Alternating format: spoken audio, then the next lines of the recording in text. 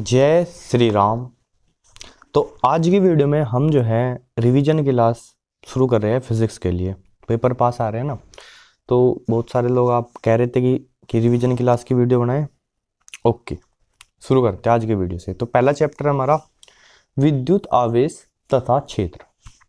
हमारे पास प्रकृति में अब तक जैसे जैसे टेक्नोलॉजी बढ़ रही है तो हमने 100 से ज़्यादा फंडामेंटल पार्टिकल्स जो है खोज लिए, लेकिन जो हमारे पास सबसे जो बेसिक है, तीन सबसे फंडामेंटल है, वो क्या है? इलेक्ट्रॉन, प्रोटॉन और न्यूट्रॉन। इन तीनों के पास एक गुण है और वो है द्रव्यमान। ठीक है, इलेक्ट्रॉन का जो द्रव्यमान है, मास ऑफ इलेक्ट्रॉन, वो कितना होता है? 9.1 into 10⁻⁻31 kilogram. Mass of proton होता है 1.67262 इंटू 10⁻⁻27 किलोग्राम। और मास ऑफ न्यूट्रॉन है 1.67463 इंटू 10⁻⁻27 किलोग्राम। अगर आप 1.67 तक भी याद रखें ना तो कोई दिक्कत नहीं है। ठीक है, तो अब देखो, इलेक्ट्रॉन के पास भी द्रव्यमान है, प्रोटॉन के पास भी द्रव्यमान है। ठीक है, तो अगर मैं दो इलेक्ट्रॉनों को एक दूसरे के पास पास रखूं, तो ये, क्योंकि इसके पास भी द्रव्यमान है, इसके पास भी द्रव्यमान है, तो इन दोनों को एक दूसरे पर आकर्षण बल लगाना चाहिए, गुरुत्वाकर्षण बल। ठीक है नहीं, यानी इन दोनों को गुरुत्वाकर्षण बल लगाना चाहिए एक दूसरे पर। Gm1 m2 या me, दोनों का द्रव्यमान है तो me² अपॉन r², अगर इनके बीच की दूरी r है। पर ये क्या करते हैं? ये एक दूसरे पर प्रतिकर्षण बल लगाते हैं। मतलब ये आकर्षण बल की तुलना में वो प्रतिकर्षण बल जो है वो बहुत ही स्ट्रोंग है। ठीक है, वो किस वजह से है? वो इस वजह से है क्योंकि इलेक्ट्रॉनों के पास एक और अलग गुण है। ठीक है, और वो गुण क्या है? उस गुण को हम बोलते हैं आवेश। आवेश यानी आवेश। ठीक है, चार्ज। इलेक्ट्रॉनों के पास आवेश है। तो इन तीनों फंडामेंटल पार्टिकल्स में हमने देखा, इलेक्ट्रॉन को रिपेल करता है, प्रोटॉन को रिपेल यानी प्रतिकर्षित करता है, और इलेक्ट्रॉन प्रोटॉन को आकर्षित करता है। ठीक है, तो हमने क्या कहा? हमने कहा कि क्योंकि दो प्रकार के बिहेवियर दिखा रहा है, जो द्रव्यमान है वो एक ही प्रकार का बिहेवियर दिखाता है कि दो द्रव्यमान एक दूसरे को आकर्षित करते हैं, लेकिन यहाँ पर आकर्षण भी और प्रतिकर्षण भी है। तो इसलिए हमने कहा जो आवेश होगा वो दो प्रकार का होगा। ठीक है, दो प्रकार का, और उनका नाम है एक पॉजिटिव आवेश और दूसरा निगेटिव आवेश। क्योंकि अगर इनको समान मात्रा में हम एक बहुत छोटे सी वॉल्यूम में पैक कर दे तो कुल आवेश जो हमें शून्य प्रतीत होता है, क्योंकि वो फिर किसी पर आकर्षण या प्रतिकर्षण नहीं लगाता, यानी दोनों मिलके जीरो हो जाती है। और कहने के लिए हमने कह दिया कि इलेक्ट्रॉन के पास जो है वो निगेटिव आवेश है और प्रोटॉन के पास पॉजिटिव आवेश है। तो इलेक्ट्रॉन का आवेश है -1.6 इंटू 10⁻⁻19 कूलम। ठीक है, और प्रोटॉन का आवेश है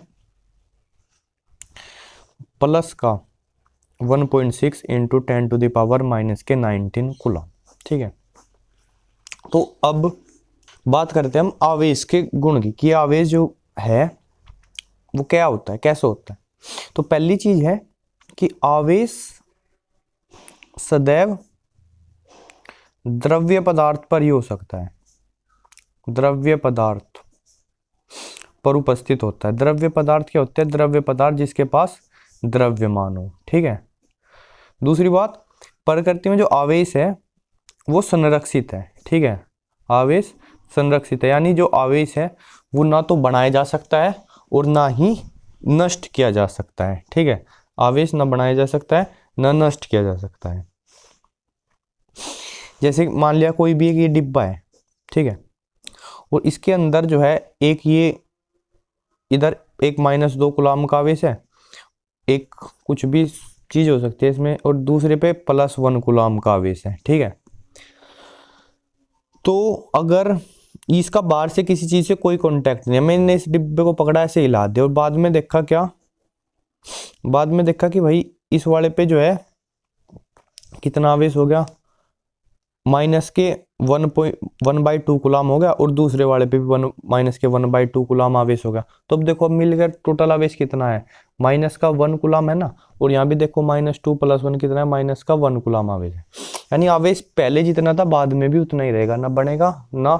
हालांकि आवेश जो है एक वस्तु से दूसरी वस्तु पर ट्रांसफर हो सकता है, ठीक है, ट्रांसफर हो गया ना इसमें, तो आवेश एक जगह से दूसरी जगह स्थानांतरित हो सकता है, लेकिन ना बढ़ सकता ना नष्ट हो सकता, आवेश संरक्षित है। दूसरा अगला क्या है, आवेश जो है वो क्वांटाइज्ड है, क्वांटीकृत है, ठीक है, पता नहीं इसको क्वांटाइज्ड को क्या बोल लूं, क्वांटीकृत बोल देते हैं। यानी जो प्रकृति में आवेश पाया जाता है वो एक बेसिक वैल्यू के गुणज के रूप में पाया जाता है, ठीक है। जैसे कि जो आवेश होता है वो होता है Q बराबर Ne, यानी जो इलेक्ट्रॉन का आवेश है उसका ही पूर्ण गुणा पाया जाता है, जहाँ N की वैल्यू क्या हो सकती है 0, यानी आवेश ही ना हो, 1 2 3 ऐसे पूर्ण संख्या हो सकती है, ठीक है। जैसे हम पूछे क्या 4 × 10⁻⁻19 कूलाम आवेश संभव है, तो आपने हमें क्यों आवेश दे दिया कितना 4 × 10⁻⁻19 कूलाम। हमने कहा भैया Q बराबर होता है Ne, तो N बराबर क्या हो गया Q/E, ठीक है, और Q कितना 4 × 10⁻⁻19 इलेक्ट्रॉन का आवेश ये होता है 1.6 × 10⁻⁻19, तो क्या होगा ये इससे डिवाइड करेंगे कितना आएगा 2.5 आएगा। तो भाई 1 2 3 ऐसे पूर्ण संख्या तो है नहीं है जो कि, तो ये आवेश क्या है, ये आवेश संभव नहीं है, ठीक है, ये आवेश संभव नहीं है।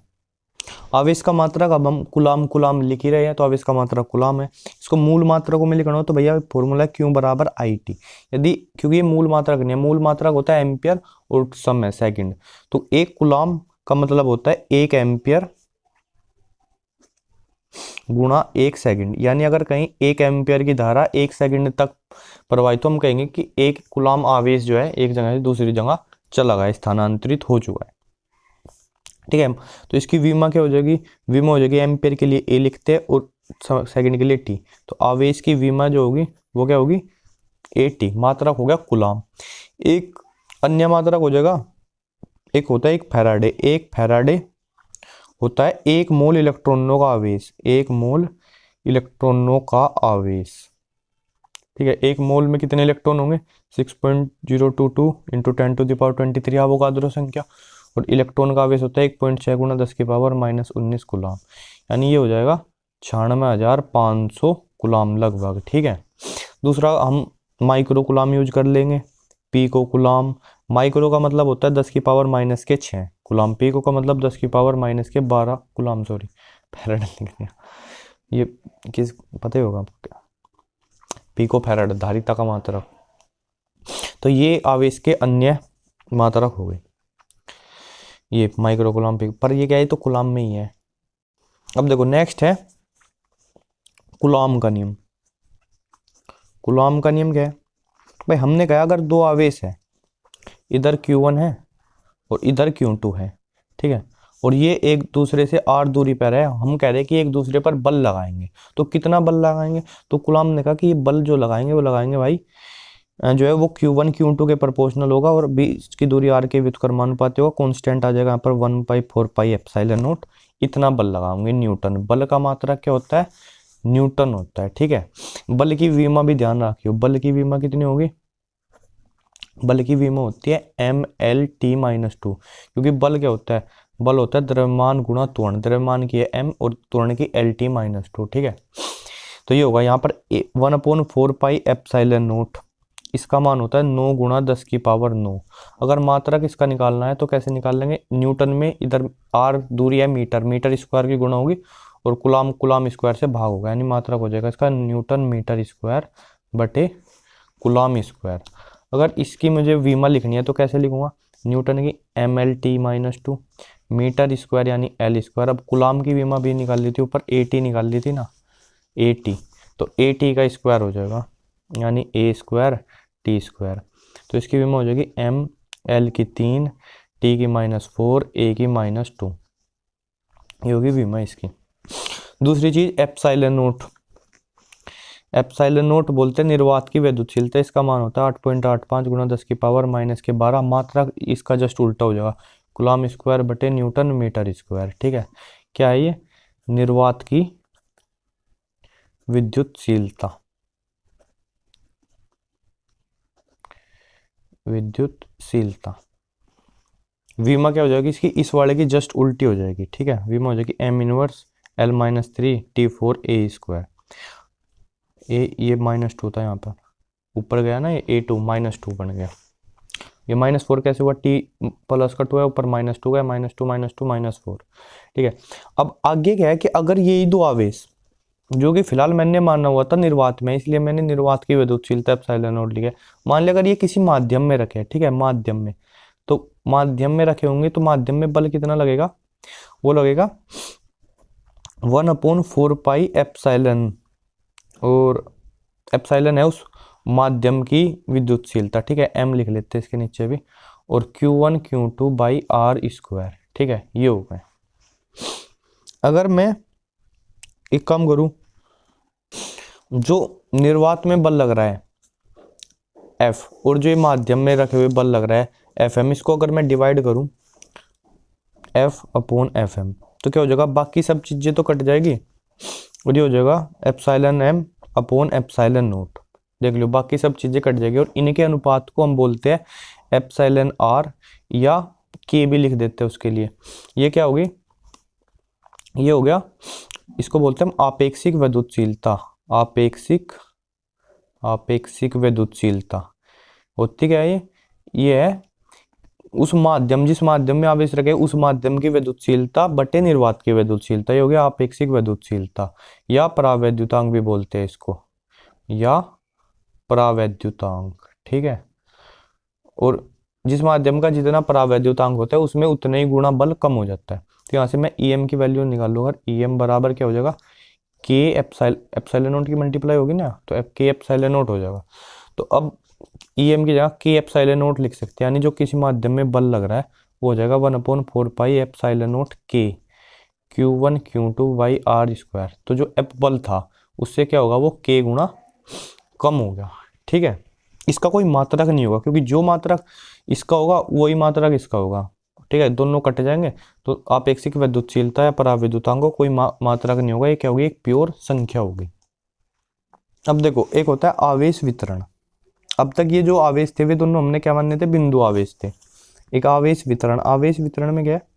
हो सकता है एक समान रूप से आवेश जो वो एक रेखा में वितरित हो, या किसी एक पृष्ठ पर वितरित हो, है ना, या फिर किसी आयतन में वितरित हो। कोई भी आयतन है उसमें एक समान रूप से पूरा आवेश वितरित है, इसको बोलते हैं रेखिक आवेश वितरण, इसको बोलते हैं पृष्ठ आवेश वितरण, और इसको बोलते हैं आयतन आवेश वितरण। और हम रेखिक आवेश घनत्व निकालते हैं, लैम्बडा बोलते हैं। तो जो भी, अगर मैं छोटी सी दूरी लूँ dl, ठीक है, और dl दूरी में जो आवेश मिला मेरे को dq मिला, तो रेखिक आवेश वितरण लैम्बडा हो जाएगा dq बाई dl। मात्रक क्या हो जाएगा इसका? मात्रक हो जाएगा कूलम अपॉन मीटर, यानी कूलम मीटर इनवर्स। वीमा क्या हो जाएगी? ATL-1। इसमें भी अगर मैंने एक छोटा सा पृष्ठ काट लिया ds, ठीक है, और ds में मेरे को dq आवेश मिला, तो सिग्मा बराबर dq बाई ds। ये क्या होगा? ये होगा पृष्ठ आवेश घनत्व। क्या हो गए? पृष्ठ आवेश घनत्व, आवेश बटे क्षेत्रफल। आवेश का मात्रा कूलम, क्षेत्रफल का मीटर स्क्वायर। तो मात्रा क्या हो जाएगा इसका? Coulomb per metre square. वीमा ATL-2। इधर अगर मैं इसमें छोटी सी कोई वॉल्यूम ले लूँ dv, ठीक है, और dv वॉल्यूम में dq आवेश हो, तो जो है आयतन आवेश वितरण रो बराबर हो जाएगा dq बाई dv। मात्रक हो जाएगा इसका कूलम पर मीटर क्यूब। ठीक है, यहाँ पर अगर मेरे को कुल आवेश निकालना है तो मैं ऐसे लिख सकता हूँ dq बराबर लैम्बडा इंटू dl, और कुल आवेश क्यों क्या हो जाएगा? Integration lambda dl। ठीक है, ये आयो भी ये अवकलन समाकलन पता ही हो आपको। यहाँ पर भी क्यों क्या हो जाएगा? इंटीग्रेशन सिग्मा ds हो जाएगा, और यहाँ पर इंटीग्रेशन रो dv हो जाएगा। अब आगे क्या है? अगर कूलम का जो नियम है, अगर मेरे को उसको सदिश रूप में लिखना था, ठीक है, जैसे सदिश रूप में लिखना है तो हम उसको ऐसे लिख सकते हैं 1/एप्सिलॉन नोट, और जो है Q1 Q2 बटे R वेक्टर की मल्टीप्लाई कर देंगे और R³ आ जाएगा नीचे। ठीक है, अब ये क्या होगा? अब ये सदिश रूप में होगा। ऐसे अगर एक से ज़्यादा आवेश हो, ठीक है, मान लिया 2 3 4 आवेश है, ठीक है, जैसे Q1 Q2, कहीं Q1 Q2 Q3, और आवेश है वे किसी Q0 आवेश पर हमें बल देखना है इन सब की वजह से। तो पहले हम क्या करेंगे, मान लिया ये दोनों नहीं है और Q1 की वजह से इस पे बल देख लेंगे, फिर मान लेंगे ये दोनों नहीं है Q2 की वजह से, फिर मान लेंगे ये दोनों नहीं है Q3। तो ऐसे अलग अलग आवेश की वजह से हम बल मान के उनको फिर सदिश रूप में जोड़ लेंगे, उसको बोलते हैं द्विरूपण का सिद्धांत। यानी जो बल आएगा, अभी बिना सदिश के लिख रहा हूँ, 1/4πε। मान लिया इसकी दूरी जो है r1 है, इसकी दूरी r2 है और इसकी दूरी r3 है। तो Q1 Q0 बटे r1 square plus Q2 Q0 बटे r2 square plus Q3 Q0 बटे r3 का स्क्वायर, ठीक है। और जब वेक्टर में लिखेंगे ना तो क्या कर लेंगे, यहाँ r1 वेक्टर की मल्टीप्लाई कर लेंगे, यहाँ क्यूब कर लेंगे, यहाँ r2 वेक्टर की मल्टीप्लाई कर लेंगे, यहाँ क्यूब कर लेंगे, यहाँ r3 वेक्टर की मल्टीप्लाई कर लेंगे, यहाँ क्यूब कर लेंगे, ठीक है। तो वो बल हो जाएगा, ये सदिश रूप में हो गया, ठीक है। बल एक सदिश राशि है, ध्यान रखना, त्वरण भी सदिश होता है। अब आगे बात करते हैं विद्युत क्षेत्र। विद्युत क्षेत्र ये क्या है भाई, देखो कोई भी आवेश, एक Q1 आवेश है, वो Q2 आवेश है, वो इस पर बल लगा कैसे रहे, तो एक दूसरे से बहुत दूर है, मतलब दूर है ना, पास पास नहीं है, टच में नहीं है ना, कॉन्टैक्ट में नहीं है, तो बिना कॉन्टैक्ट के बल कैसे लग रहा है, तो बिना कॉन्टैक्ट के बल इसलिए लग रहा है क्योंकि ये Q1 आवेश जो है अपने चारों तरफ एक विद्युत क्षेत्र उत्पन्न कर लेता है, और उस विद्युत क्षेत्र में अगर कोई दूसरा Q2 आवेश आएगा तो उस पर बल लगेगा, ठीक है। यानी अगर देखो, अगर कहीं कोई भी Q2 आवेश है, क्यों आवेश है कोई भी, और उस पर F बल लगे, तो हम कहेंगे कि वहां पर विद्युत क्षेत्र की जो तीव्रता है, अभी तीव्रता की बात करें, वो क्या है, F/Q है, ठीक है। मात्रा क्या हो जाएगा इसका, न्यूटन बटा कूलाम, न्यूटन बटे कूलाम। विमा लिखनी हो तो न्यूटन की mL/T-2 और कूलाम की AT, तो क्या बनेगी विमा mL/T-3 A इनवर्स, ठीक है, विद्युत क्षेत्र की। तो विद्युत क्षेत्र क्या है भाई, आवेश के चारों ओर का वह क्षेत्र जहां किसी दूसरे आवेश पर बल लगे, और कहाँ ये विद्युत क्षेत्र प्रबल है, कहाँ दुर्बल है, वो है विद्युत क्षेत्र की तीव्रता। तो जहां पर बल ज्यादा लगेगा वहां विद्युत क्षेत्र प्रबल है, जहां बल कम लगेगा वहां वो दुर्बल है। तो विद्युत क्षेत्र की तीव्रता को नॉर्मली हम विद्युत क्षेत्र बोल देते हैं, यहाँ इतना विद्युत क्षेत्र है, इतना इतना, ठीक है। ये भी एक सदिश राशि है, बल सदिश राशि, और विद्युत क्षेत्र भी सदिश राशि है। दूसरी चीज, अंतरिक्ष में हम विद्युत क्षेत्र को दर्शाते कैसे, तो अंतरिक्ष में हम विद्युत क्षेत्र को दर्शाते हैं विद्युत बल रेखाओं से। कैसे, विद्युत बल रेखा। और ये बल रेखाएं होती क्या है, ये बल रेखाएं, हम देखो एक बहुत ही छोटा सा चार्ज लेते हैं जिसको हम बोलते हैं परीक्षण आवेश, टेस्ट चार्ज, वो हो जाता है पॉजिटिव, ठीक है, पॉजिटिव चार्ज होता है, ठीक है। और वो हमने वहां पर रखा, अब उस पर बल लगेगा विद्युत क्षेत्र में, तो वो जैसे जैसे गति करेगा, तो इसका जो पथ है, इस टेस्ट चार्ज का जो पथ है, वही क्या है मेरी, वही मेरी बल रेखा है। क्या है, बल रेखा। तो बल रेखा वास्तव क्या है, बल रेखा अंतरिक्ष में विद्युत क्षेत्र को दर्शाती है। कैसे दर्शाती है भाई, जो टेस्ट चार्ज रखते हैं, टेस्ट चार्ज जैसे गति करते हुए जाता है, तो वैसे ही वो है बल रेखाएं हम वहां पर बना देते हैं, ठीक है। तो अब देखो, अगर मैं पॉजिटिव चार्ज की वजह से देखूं, पॉजिटिव चार्ज तो इस टेस्ट चार्ज जो कि हम पॉजिटिव ही लेंगे तो उसको रिपेल करेगा, है नहीं, और निगेटिव चार्ज क्या करेगा, निगेटिव चार्ज इसको अपनी तरफ अट्रैक्ट करेगा। तो प्लस चार्ज से विद्युत बल रेखाएं बाहर की तरफ जाती है, ठीक है, बाहर की तरफ ऐसे, और माइनस चार्ज के अंदर की तरफ आती है विद्युत बल रेखाएं, ठीक है, माइनस वाले चार्ज के अंदर की ओर आती है। अगर कहीं ऐसे एक पॉजिटिव चार्ज हो और एक निगेटिव चार्ज हो, ठीक है, मैंने यहाँ कोई आवेश रखा टेस्ट चार्ज प्लस क्यू, तो ये क्या करेगा, ये तो बोलेगा भाई तू जा पर को मैं तेरे को रिपेल करूंगा, ये क्या करेगा, नहीं मैं तेरे को अट्रैक्ट करूंगा, ठीक है। तो इस तरीके से बल रेखाएं बन जाएगी यहाँ पर ऐसे। तो बल रेखाएं क्या होगी, प्लस से बाहर की ओर निकलेगी, और जो है सतत वक्र होते हैं ये, ठीक है, लेकिन खुले वक्र होते हैं, ऐसे ओपन है, बंद क्लोज्ड वक्र नहीं है ना, ठीक है। तो इस तरीके से विद्युत क्षेत्र होता है, अगर कहीं एक प्लस आवेश हो और कहीं एक माइनस का आवेश हो, ठीक है। दो बल रेखाएं एक दूसरे को कभी नहीं काटेगी, क्योंकि जो बल रेखा होती है ना, अगर मैं उसके किसी बिंदु पर स्पर्श रेखा खींचूं तो वो मेरे को उस बिंदु पर क्या बताती है, उस बिंदु पर विद्युत क्षेत्र की दिशा बताती है। विद्युत बल रेखा पर अगर स्पर्श रेखा खींचे, तो अगर दो बल रेखा एक दूसरे को काटेगी तो उस कटान बिंदु पर विद्युत क्षेत्र की दो दिशा हो जाएगी, जो कि संभव नहीं है। तो दो बल रेखा एक दूसरे को कभी नहीं काटेगी, प्लस से शुरू होगी, माइनस पे खत्म होगी, ठीक है। और अगर जो आवेश जितना है ना उसके प्रोपोर्शनल में होती है ये बल रेखाएं। यानी जैसे इधर एक +2 क्यों आवेश है, ठीक है, और इधर माइनस क्यों आवेश है, तो अगर मैं यहाँ से 2 बल रेखाएं निकाल लूँ ना, ठीक है, 2 बल रेखाएं, तो इस पर 1 पहुंचेगी। अगर मैं यहाँ से 4 बल रेखाएं निकाल लूँ तो इस पे 2 पहुंचनी चाहिए, ठीक है, पर 3 निकाल, जैसे इस पे 3 पहुंच रही है तो यहाँ से क्या होनी चाहिए, यहाँ से 6 बल रेखाएं निकलेगी, ठीक है।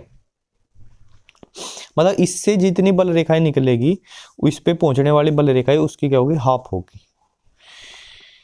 अगर कहीं विद्युत क्षेत्र एक समान है, विद्युत क्षेत्र एक समान है, तो बल रेखाएं एक दूसरे के समांतर होती है और एक दूसरे से बराबर बराबर दूरी पर होती है। कहां पर, एक समान विद्युत क्षेत्र में, ठीक है।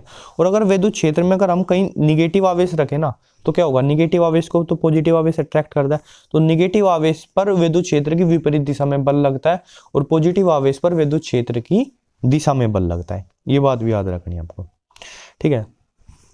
उसके अलावा अगर कहीं एक होता है समविभव पृष्ठ, समविभव पृष्ठ होता है ऐसा पृष्ठ जिसके हर बिंदु पर जो विभव है वो समान हो, तो जो समविभव पृष्ठ होता है विद्युत बल रेखाएं हमेशा उसके क्या होती है, लंबवत होती है। अगर कहीं धातु की सतह हो, धातु, तो धातु की पृष्ठ के भी क्या होती है, बल रेखाएं उस पृष्ठ के लंबवत होती है 90 डिग्री के एंगल पर धातु के। और धातु के अंदर अंदर बल रेखा नहीं होती, नॉट अवेलेबल, ठीक है जी। अब अगर मान लिया हमारे पास ये +q आवेश है, ठीक है, और इससे r दूरी पर मुझे बताना है कि यहाँ पर कोई भी पॉइंट है P, इस पे विद्युत क्षेत्र कितना है ये बताना है। तो मैं यहाँ पर एक दूसरा आवेश रखूंगा Q0, ठीक है, और मैं कहूँगा इस पे बल कितना लगाएगा, बल लगाएगा कूलम्ब के नियम से 1/4πε0 Q0 बटा r²। और हमने क्या बताया था, हमने बताया था विद्युत क्षेत्र होगा F बटा Q0। भाई Q0 आप आवेश लेकर आए हो, उस पर F बल लगेगा तो विद्युत क्षेत्र E बराबर F बटा Q0, यानी 1/Q0 इंटू 1/4πε0 Q0/r², इससे कैंसिल, तो विद्युत क्षेत्र होगा 1/4πε0 Q/r², ठीक है। यानी एक पॉइंट चार्ज की वजह से जो विद्युत क्षेत्र होता है वो व्युत्क्रमानुपाती होता है 1/r² के, मात्रक वही न्यूटन पर कूलम्ब, ठीक है। यानी अगर मैं इधर विद्युत क्षेत्र लूँ और इधर r² लूँ, तो r² ले रहा हूँ, r नहीं ले रहा हूँ, तो जो मेरा कर्व बनेगा वो क्या बनेगा, एक रेक्टेंगुलर हाइपरबोला बनेगा। यानी जैसे जैसे दूरी कम हो रही है विद्युत क्षेत्र ज़्यादा है, और जैसे जैसे दूरी बढ़ रही है विद्युत क्षेत्र कम कम होता जा रहा है, ठीक है। यदि 1 मीटर पर विद्युत क्षेत्र 1 न्यूटन पर कूलम्ब है तो 2 मीटर पर कितना हो जाएगा, 1/2 या 1/4, 1/4। अब आगे बात करते हैं, एक चीज होती है विद्युत द्विध्रुव। विद्युत द्विध्रुव क्या होता है, विद्युत द्विध्रुव है एक +q आवेश है और एक -q आवेश है, +q आवेश और -q आवेश, और एक दूसरे के बहुत ही पास पास रखे हुए हैं, ठीक है, मतलब उनके बीच की बहुत कम दूरी है d, ठीक है, लेकिन बिल्कुल इतने पास नहीं है कि वे दोनों मिलके 0 हो जाए। यानी उनकी वजह से जो किसी दूर बिंदु पर विद्युत क्षेत्र अगर हम देखें तो विद्युत क्षेत्र जो है वो शून्य नहीं है, ठीक है, यानी उनके विद्युत प्रभाव किसी दूर बिंदु पर शून्य नहीं है। तो ऐसा निकाय क्या कहलाता है, ऐसा निकाय विद्युत द्विध्रुव कहलाता है, ठीक है। और एक और क्वांटिटी है विद्युत द्विध्रुव आघूर्ण P, वो होता है आवेश का परिमाण और गुणा उनके बीच की दूरी। मात्रक क्या हो जाएगा इसका, कूलम्ब और मीटर, ठीक है। और ये एक सदिश राशि है, ठीक है, इसकी दिशा -q से +q की ओर होती है, -q से +q की ओर। विमा लिखो, इसकी क्या हो जाएगी, ATL हो जाएगी क्या, विमा, ठीक है। अब इस द्विध्रुव की वजह से मैं 2 बिंदु पर विद्युत क्षेत्र की तीव्रता निकालते हैं। एक तो इसकी अक्षीय स्थिति में इधर -q ले, इधर +q ले, ठीक है। तो जैसे, और इनके मध्य बिंदु O लेते हैं, इनके बीच की दूरी 2l लेते हैं, कोई भी इस O से r दूरी पे कोई बिंदु लेते हैं P, और यहाँ बताते हैं विद्युत क्षेत्र कितना है, ठीक है। तो देखो जैसे यहाँ विद्युत क्षेत्र निकालना है तो पहले इस -q की वजह से निकाल लेंगे, एक बार +q की वजह से। +q की वजह से क्या होगा, भूल जाओ -q भी है, तो अगर यहाँ पर एक टेस्ट चार्ज रखूँ वो क्या करेगा, ये इसको रिपेल करेगा दूर की ओर, तो इसकी वजह से विद्युत क्षेत्र की दिशा ये हो जाएगी E1 वेक्टर, ठीक है। और -q क्या करेगा, अगर इसको भूल जाओ वो उसका अट्रैक्ट करेगा, तो उसकी वजह से विद्युत क्षेत्र की दिशा क्या हो जाएगी, E2 वेक्टर हो जाएगी, ठीक है। बाद में हम क्या करेंगे, कुल विद्युत क्षेत्र जो E वेक्टर होगा वो क्या होगा, E1 वेक्टर और -E2 वेक्टर, दोनों ही घट जाएंगे, क्योंकि दिशा क्या है कि मतलब ऐसे लिख सकते हैं कि जो E1 वेक्टर है, अगर इसको मैं एक्स एक्सिस मान लूँ और इसकी डायरेक्शन आई कैप लूँ, तो मैं E1 को लिख सकता हूँ कि E1 जो वेक्टर होगा वो क्या होगा, इसका परिमाण E1 और आई कैप इसकी डायरेक्शन। तो E2 वेक्टर क्या हो जाएगा, वो E2 उसका परिमाण और उसकी डायरेक्शन माइनस आई कैप होगी। तो यहाँ पर तो मैं ऐसे कह सकता हूँ कि मैं दोनों वेक्टरों को जोड़ रहा हूँ, ठीक है। लेकिन असल में जब मैं परिमाण लिखूंगा E इसका, यानी कि या वेक्टर में लिख लूँ, तो मैं क्या करूँगा E1 आई कैप और प्लस E2 माइनस आई कैप। लेकिन यानी ये वास्तव में जो है E1 माइनस E2 और आई कैप डायरेक्शन, ये ऐसे घट जाएंगे, ठीक है। और आई होप कि ये डेरिवेशन आपने कर ही रखा होगा। तो E1 की वैल्यू पता है आपको, देखो जैसे दूरी R है पूरी, ये L होगी, तो यहाँ से यहाँ तक दूरी बचेगी R माइनस एल, ठीक है। वैसे यहाँ से यहाँ तक दूरी हो जाएगी R प्लस एल। तो जो मेरा E1 है, E1 हो जाएगा 1/4πε0 क्यों बाई आर स्क्वायर, फॉर्मूला निकाल रहा था हमने अभी, उसकी जगह एक तो R माइनस एल स्क्वायर हो जाएगा, और E2 हो जाएगा मेरा 1/4πε0 क्यों by R plus L square. और जब हम घटाएंगे E बराबर E1 माइनस E2 करेंगे, तो मेरा आ जाएगा 1/4πε0 और 4 into q R L upon R square minus L square का होल स्क्वायर। ये इसको सोल्व कर लो घटाकर, यही होगा, ठीक है। इसमें से मैं एक 2QL को तो मैं P लिख दूंगा, ठीक है, क्योंकि हमने भी दूर क्या बताया था, आगुण आवेश का परिमाण उनके बीच की दूरी D। यहाँ पर आवेश कितना Q है और बीच की दूरी 2L है, तो बन जाएगा P। तो 1/4πε0 और क्या हो जाएगा 2, एक और बच जाएगा 2P और into R upon R square minus L square का होल स्क्वायर। ये विद्युत क्षेत्र है। फिर हम कहेंगे जो R है वो बहुत बड़ा है L से, तो एल स्क्वायर को हम लगभग नगण्य मान लेंगे एल स्क्वायर की तुलना में। तो यहाँ पर R की पावर 4 हो जाएगी, एक कैंसिल हो जाएगी, तो विद्युत क्षेत्र E आ जाएगा 1/4πε0 2P/r3। अगर इसकी डायरेक्शन पूछो, डायरेक्शन क्या आएगी इसकी, आई कैप डायरेक्शन आएगी, यानी इधर की ओर, ठीक है, क्योंकि E1 बड़ा है ना। दूसरा है, अगर ये माइनस क्यों आवेश है, ये प्लस क्यों आवेश है, और इसकी वजह से यहाँ पर ये बिंदु O है निरक्षीय स्थिति में R दूरी पर।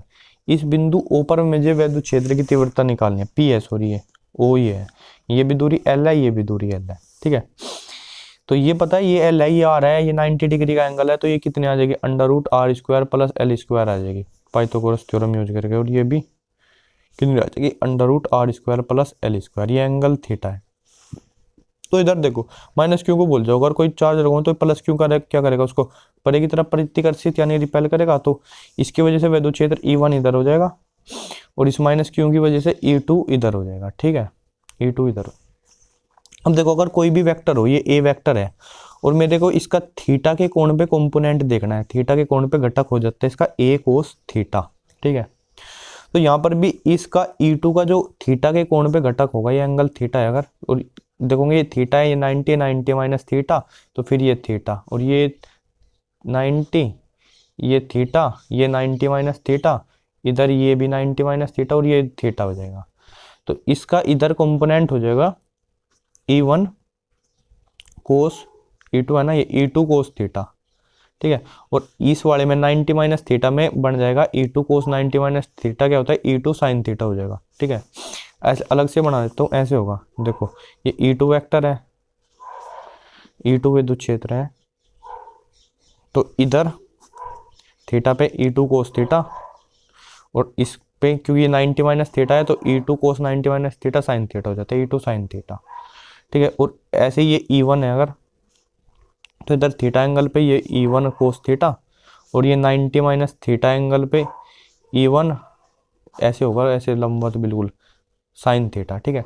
और देखो दूरी दोनों के लिए सेम है, जब मैं E1 और E2 निकाल लूंगा ना, तो E1 और E2 परिमाण यानी तो वे दोनों सेम आएंगे 1/4πε0 Q upon R square plus L square. जो दूरी है इसका स्क्वायर कर दे तो रूट हटेगा आएंगे, तो दोनों सेम आएंगे, यानी जो E1 sine theta E2 sine theta है तो कैंसिल हो जाएंगे साइन थीटा वाले कंपोनेंट, और जो E1 cos theta E2 cos theta वे जुड़ जाएंगे, यानी जो कुल विद्युत क्षेत्र होगा E वो होगा E1 cos theta plus E2 cos theta.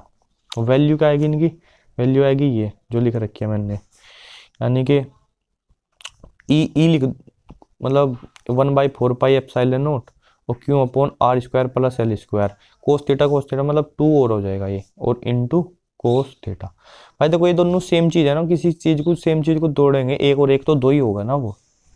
अब देखो कोस थीटा लिखना है, कोस थीटा इस त्रिभुज का यूज करेंगे यहाँ पर, थीटा के ये आधार है एल और कर्ण है √r square plus L square. Cos theta होता है आधार बटा कर्ण, ठीक है। तो ये हो जाएगा 2 into 1/4πε0 Q square upon R square plus L square into L upon √r square plus L square.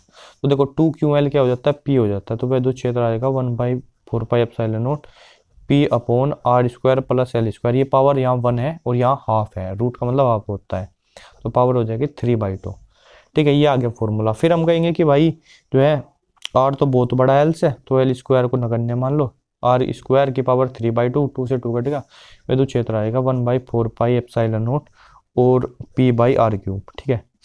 और ये जो विद्युत क्षेत्र की दिशा होगी, अगर मैं इसमें भी आई कैप लेता ना, इस वाली डायरेक्शन को आई कैप लेता, आई कैप, तो और ये माइनस आई कैप, तो इसकी जो दिशा है दोनों बिल्कुल ये आई है, दोनों जुड़ के E1 कोस थीटा भी इधर है, E1 कोस थीटा भी।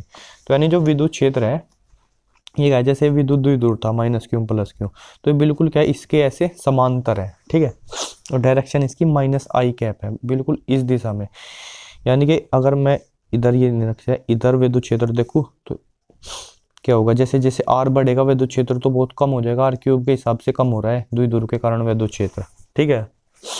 तो यानी यहाँ पर विद्युत क्षेत्र बहुत ज़्यादा है, फिर कम फिर कम फिर कम, ऐसे ऐसे हो रहा है, ठीक है। लेकिन डायरेक्शन क्या है उसकी, ये वाली डायरेक्शन है, ठीक है। और यानी ये जो मेरा बन गया ना, ये क्या है, विद्युत क्षेत्र इसके हमेशा लंबवत है, तो ये समविभव परस्थ है। और लेकिन जब हम यहाँ पे विभव को निकालेंगे ना, तो हर पॉइंट पे यहाँ विभव कितना आने वाला है, 0 आने वाला है, ठीक है। तो समान ही है, 0 भी तो वैल्यू समान ही है ना। तो ये हो गया निरक्षीय स्थिति में विद्युत क्षेत्र, ठीक है। ये रिवीजन चल रहा है, ये बात याद रखना, ठीक है। ये डेरिवेशन आपको सबको पहले से आने चाहिए। अब क्या करते हैं, अब अगर मैं इस द्विध्रुव को मान लिया, ये मेरे पास द्विध्रुव है, इसको विद्युत एक समान विद्युत क्षेत्र में रख दिया, ठीक है, एक समान विद्युत क्षेत्र, और इसमें विद्युत द्विध्रुव रख दिया, ये -Q वो ये +Q, ठीक है। तो देखो हमने बताया था पॉजिटिव आवेश पर विद्युत क्षेत्र की दिशा में बल लगेगा, क्यों आवेश है, ई विद्युत क्षेत्र है, तो बल क्या हो जाएगा, बराबर Q ही हो जाएगा, ठीक है। और इधर बल कितना हो जाएगा, इधर भी Q ही होगा परिमाण में, तो बस उसकी दिशा अपोजिट हो जाएगी, क्योंकि माइनस के आवेश पर विद्युत क्षेत्र की विपरीत दिशा में बल लगता है। देखो मान लीजिए ये एक पेन है, इस पर जितना बल पेन का कैप है इधर को लगे उतना ही इधर को लगे, ठीक है। तो देखो ना तो इधर जाएगा ना इधर जाएगा, क्योंकि फोर्स तो समान है लेकिन अलग लाइन पे लग रहा है। ये वाली फोर्स जो है वो इस लाइन पे लग रही है और ये वाली फोर्स इस लाइन पे लग रही है, मतलब दोनों बल जो है उनकी क्रिया रेखा अलग अलग है। तो ये क्या बनाएंगे, ये ऐसे इसको घुमाने की कोशिश करेंगे, यानी तो ये एक बल आघूर्ण बनाएंगे। क्या बनाएंगे, बल आघूर्ण, बल आघूर्ण। और देखो जब दो बराबर और विपरीत दिशा के बल हो ना, तो उसको हम बोलते हैं, अंग्रेजी में तो कपल बोलते हैं, हिंदी में बल युग्म बोलते हैं, ठीक है, और बल युग्म बोलते हैं। और अगर मेरे को बल युग्म का आघूर्ण निकालना है, तो वो क्या, कपल का आघूर्ण निकालना है, तो क्या करूंगा, उनकी जो बल का परिमाण है, यानी बल का जो परिमाण है, और गुणा उनके बीच की जो परपेंडिकुलर डिस्टेंस है, यानी लंबवत दूरी उनकी, ठीक है। अब देखो जैसे मैं विद्युत दूर लूंगा 2L लंबाई का, और इस एंगल को मैं बोलूंगा थीटा, तो लंब क्या आ जाएगा मेरा, इसका लंब आ जाएगा 2L sin थीटा, ठीक है। कई लोग सोच रहे हैं तो इससे बड़ा हो जाएगा, 90 डिग्री के सामने करना, नहीं भाई, साइन थीटा की मैक्सिमम वैल्यू 1 हो सकती है ना। तो ये जब ऐसे हो तो ये मैक्सिमम होगा, ठीक है। तो देखो यानी बल कितना है, QE, इसको बल आघूर्ण को टो से रिप्रेजेंट करते हैं, टोर्क इंटू लंब दूरी 2L sin थीटा, ठीक है। और 2L इंटू P क्यों, ये हो जाएगा P, तो टो बराबर PE sin थीटा, ठीक है। और ये एक सदिश है, तो वेक्टर बराबर हो जाएगा P vector cross E vector. Vector में पढ़ा होगा ना, A क्रॉस B का परिमाण क्या होता है, AB sin थीटा होता है, तो वैसे ही P क्रॉस E का परिमाण P sin थीटा। तो वेक्टर राशि मात्रक क्या हो जाएगा, बल युग्म, देखो बल का मात्रक न्यूटन है, दूरी का मीटर है, तो मात्रक क्या हो जाएगा इसका, न्यूटन, और मीटर हो जाएगा इसका मात्रक। विमा क्या हो जाएगी, ML T-2 इसकी और L इसकी, तो ML2 T-2, ये विमा हो जाएगी इसकी, ठीक है। सेम विमा कार्य की या ऊर्जा की होती है, ठीक है, न्यूटन में। बट ये इसका मतलब ये नहीं है कि ये एनर्जी है, ये अलग क्वांटिटी है भाई, बल आघूर्ण है, ठीक है। अगर मैं इसको ऐसे रख दूँ, ठीक है, यानी थीटा की वैल्यू 90 डिग्री कर दूं, तो क्या होगा, बल आघूर्ण मैक्सिमम होगा, क्योंकि बीच की जो लंबवत दूरी है वो मैक्सिमम होगी। और ऐसे कर दूं थीटा बराबर 0, तो फोर्स जितनी इधर लग रही है उतनी इधर लग रही है, कोई बल आघूर्ण नहीं लग रहा, इधर बल आघूर्ण मैक्सिमम है, ठीक है। अगर मैं इसको ऐसे कर दिया, मतलब इधर ये प्लस आवेश है और इधर ये माइनस आवेश है, तो देखो प्लस आवेश पर इधर बल, माइनस पे इधर, ठीक है, तो ऐसे लग रहा है, तो अब ये संतुलन में है, ठीक है। लेकिन अगर ये हल्का सा भी जरा सा ऐसे हुआ तो ये बिल्कुल ऐसे बहुत दूर चला गया, हल्का सा भी अगर ये असंतुलित हुआ, ठीक है, तो इसको ये ऐसे हो जाएगा, ठीक है। तो इसको बोलते हैं अनस्टेबल इक्विलिब्रियम, ठीक है, अस्थायी संतुलन, ये वाला। लेकिन अगर इसको मैंने 0 डिग्री पे करा, यानी प्लस पे इधर बल लग रहा है, माइनस पे इधर, तो ये क्या है, ये स्थायी संतुलन, स्थायी इक्विलिब्रियम। ये जरा सा हिला तो फिर ऐसे आ जाएगा, ठीक है। अस्थायी इक्विलिब्रियम क्या होता है कि अगर हल्का सा भी परिवर्तन हुआ तो फिर सारा का सारा सिस्टम चेंज हो जाएगा। और स्थायी इक्विलिब्रियम क्या होता है कि अगर हल्का सा परिवर्तन करोगे तो फिर वो अपनी इसी स्थिति में, यानी अगर मेरे को टो मैक्स निकालना है, टो मैक्स क्या हो जाएगा, पी ई हो जाएगा, क्योंकि साइन थीटा का मैक्सिमम मान क्या हो, 1 हो। वो कब होगा, जब ये द्विध्रुव क्या हो, ऐसे लंबवत हो, ठीक है। और अगर थीटा बराबर 0 डिग्री हो तो वो क्या है, वो है स्थायी संतुलन, स्थायी संतुलन, ठीक है। और अगर थीटा बराबर 180 हो, वो क्या है, वहां पर है अस्थायी संतुलन। लेकिन दोनों स्थायी संतुलन है, स्थायी संतुलन में टो की वैल्यू क्या होती है, टो होता है 0, ठीक है। और जो नेट फोर्स है, नेट फोर्स तो हमेशा क्या है, 0 है, ठीक है, क्योंकि जितना प्लस क्यू पे बल लग रहा है क्यों ही, उतना ही माइनस क्यू पे लग रहा है, ठीक है। तो ये था हमारा पहले चैप्टर का रिवीजन जैसा। अगर आपको ये अच्छा लगे तो मुझे बताओ, मैं और बनाऊंगा। और अगर आपके कुछ सुझाव हो वो भी मेरे को बताओ, और पढ़ते रहो, और जय श्री राम बोलते रहो, जय सिया राम।